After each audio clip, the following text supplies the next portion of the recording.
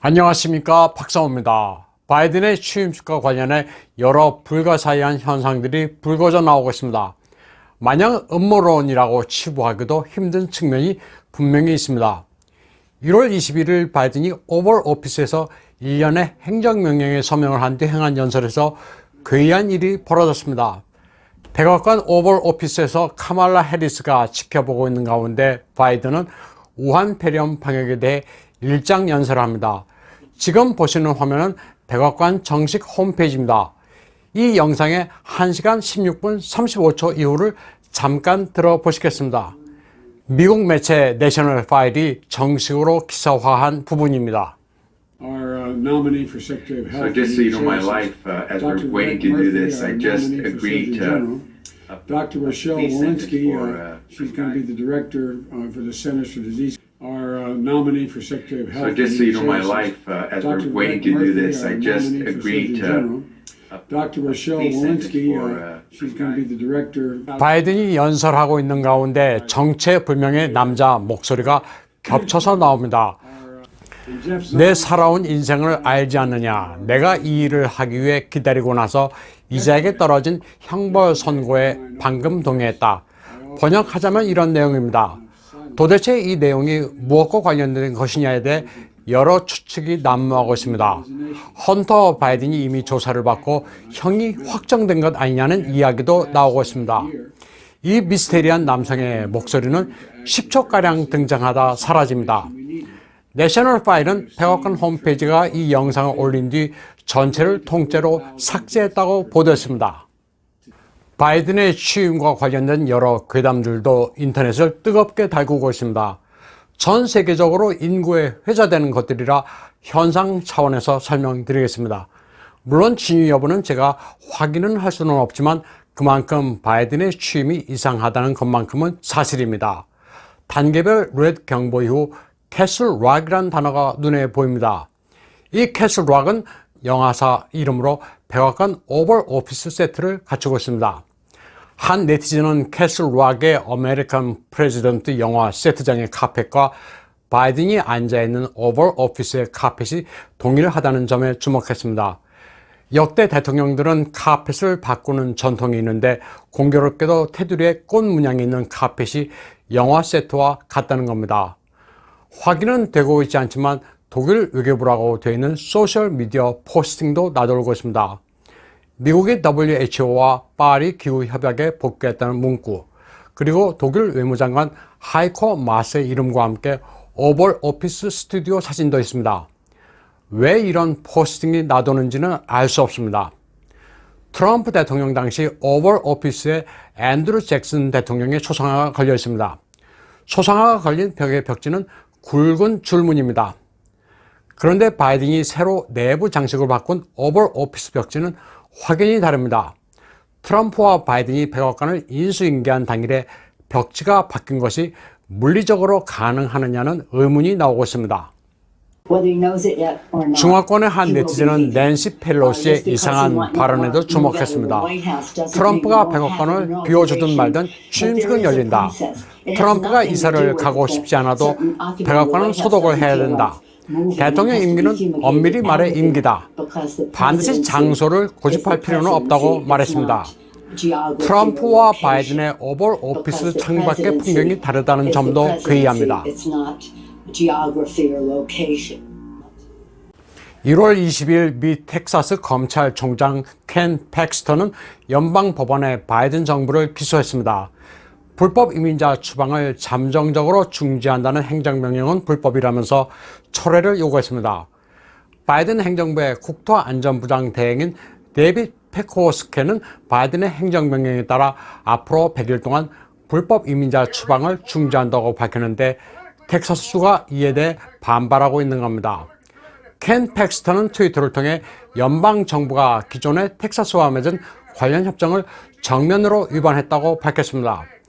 텍사스와 직접 관련된 사안을 연방정부가 변경하려면 6개월 이전에 사전 협상을 해야 한다는 규정을 어겼으니 이를 받아들일 수 없다는 겁니다. 켄 팩스턴은 성명에서도 우리는 미국 남부 최대 국경을 지켜왔으며 시민들과 해당 관리를 위협하게 될 잘못된 법 집행을 할 수 없다고 밝혔습니다. 그러면서 바이든 정부가 범법 행위를 하면 우리는 행동에 나설 수밖에 없다. 이미 국토안전부에 불법 행위를 취소하라고 밝혔다. 나는 텍사스 검찰총장으로 추방해야 할 이민자가 아닌 미국민과 텍사스인의 이익을 최우선시할 것이라고 말했습니다. 바이든 취임 전인 1월 16일 텍사스 주지사 그렉 에버트도 텍사스주는 바이든에 대해 일련의 소송을 할 거라고 말했습니다. 연방 정부가 텍사스주의 권리뿐 아니라 헌법도 정면으로 위반해 사유재산과 생존권을 유린하면 가만히 있지 않을 것이라고 말했습니다. 바이든이 행정명령을 무더기로 서명했지만 쉬운 게 하나도 없습니다. 미 국경을 향해 쇄도하고 있는 온두라스 난민은 트럼프의 우호적인 멕시코를 통과해야 하는데 쉽지 않습니다. 멕시코도 국경 장벽에 찬성하고 있는 입장이기 때문입니다. 또 셰일가스를 퇴출시킨다고 했지만 이는 연방정부 영역에 한정된 겁니다. 셰일가스가 큰 산업인 텍사스에서 이를 거부할 경우 강제할 수가 없습니다. 모든 주가 하나의 나라나 다름없기 때문입니다. 바이든은 캐나다 경제에 충격을 안겨줄 수 있는 행정명령에도 서명했습니다. 키스톤 엑셀 석유관 건설을 중단하라는 겁니다. 키스톤 엑셀은 캐나다 엘버타주의 원유를 미 네브라스카까지 공급하는 파이프라인 사업입니다. 하루 83만 배럴 규모입니다. 캐나다 엘버타주의 경제가 달린 사업으로 트루도 총리도 지지하는 건데 이를 바이든이 뒤집자 캐나다는 경악하고 있습니다. 키스톤 엑셀은 환경주의자들과 원주민들이 반대하던 것을 트럼프 대통령이 성사시킨 겁니다. 그런데 바이든이 백지화하려 하자 당장 엘버타주와 트루도 총리가 강력하게 반발하고 있습니다. 엘버타주 총리 제이슨 캐니는 미국에 당장 보복 조치를 취해야 한다고 펄펄 뛰고 있습니다. 대기 오염을 이유로 화석 연료를 사용하는 자동차와 항공기 사용도 단계적으로 운행을 금지하겠다는 황당한 에너지 정책이 미국과 캐나다 산업을 파괴로 이끌고 있습니다. 캐나다의 친중 정치인 트루도도 환경주의 좌파지만 당장 캐나다의 일자리와 산업을 초토화하는 바이든의 정책 기조에 경악하고 있습니다. 석유 산업은 캐나다의 주력 업종으로 6만 명의 일자리가 달려 있습니다. 미국의 제조업에도 타격을 미치는 조치입니다. 가까운 캐나다에 저렴한 원유를 수입하는 키스톤 엑셀을 백지화해 다시 오페크의 노예가 될 셈이냐면서 미국 내에서도 엄청나게 반발하고 있습니다. 석유 산업의 본산지 텍사스주도 차이나조 알러트, Ending America's Energy Independence란 성명을 발표했습니다. 차이나조란 별명의 바이든이 미국의 에너지 독립을 끝장내고 있다는 겁니다. 취임해서 처음 하는 일이 셰일가스 혁명을 백지화해 수많은 미국민들의 민생을 파괴하는 것이냐고 질타했습니다. 그러면서 미국을 나중에 글로벌리스트를 우선으로 하는 바이든의 지시에 텍사스는 대응할 태세를 갖췄다고 말했습니다. 바이든이 서명한 황당한 행정명령 가운데 하나는 성정체성에 관한 것도 있습니다. 연방정부의 자금 지원을 받는 모든 학교에 대해 이런 명령을 내렸습니다. 스스로를 여자라고 생각하는 남성을 여성으로 인정하고 대우하라는 명령입니다. 이를 어기면 연방정부 지원을 끊을 거라고 했습니다. 이에 따르면 스스로 나는 여자다 이렇게 생각하는 남성 선수는 여자 경기에 참여할 수 있습니다. 남자가 여성에 할당된 장학금도 받고 여성 탈의실에도 들어갈 수 있습니다. 바이든은 성차별을 없앤다면서 학생들이 등교하면 남녀 구별 없이 마음대로 화장실과 탈의실을 이용하도록 하고 있습니다. 바이든의 이런 황당한 성정체성 행정명령에는 척 슈머도 찬동하고 있습니다. 취임식도 끝났지만 워싱턴 DC에 배치된 주 방위군은 해산되지 않고 있습니다. 민주당이 군인들을 캐피톨 힐에서 차디찬 주차장으로 내몰았습니다. 5천 명의 군인들이 전원 콘센트 하나에 화장실 하나밖에 없는 주차장으로 내몰리고 있다. 이게 바로 조 바이든이 미국의 군인을 대하는 방식이냐는 비판이 쇄도했습니다.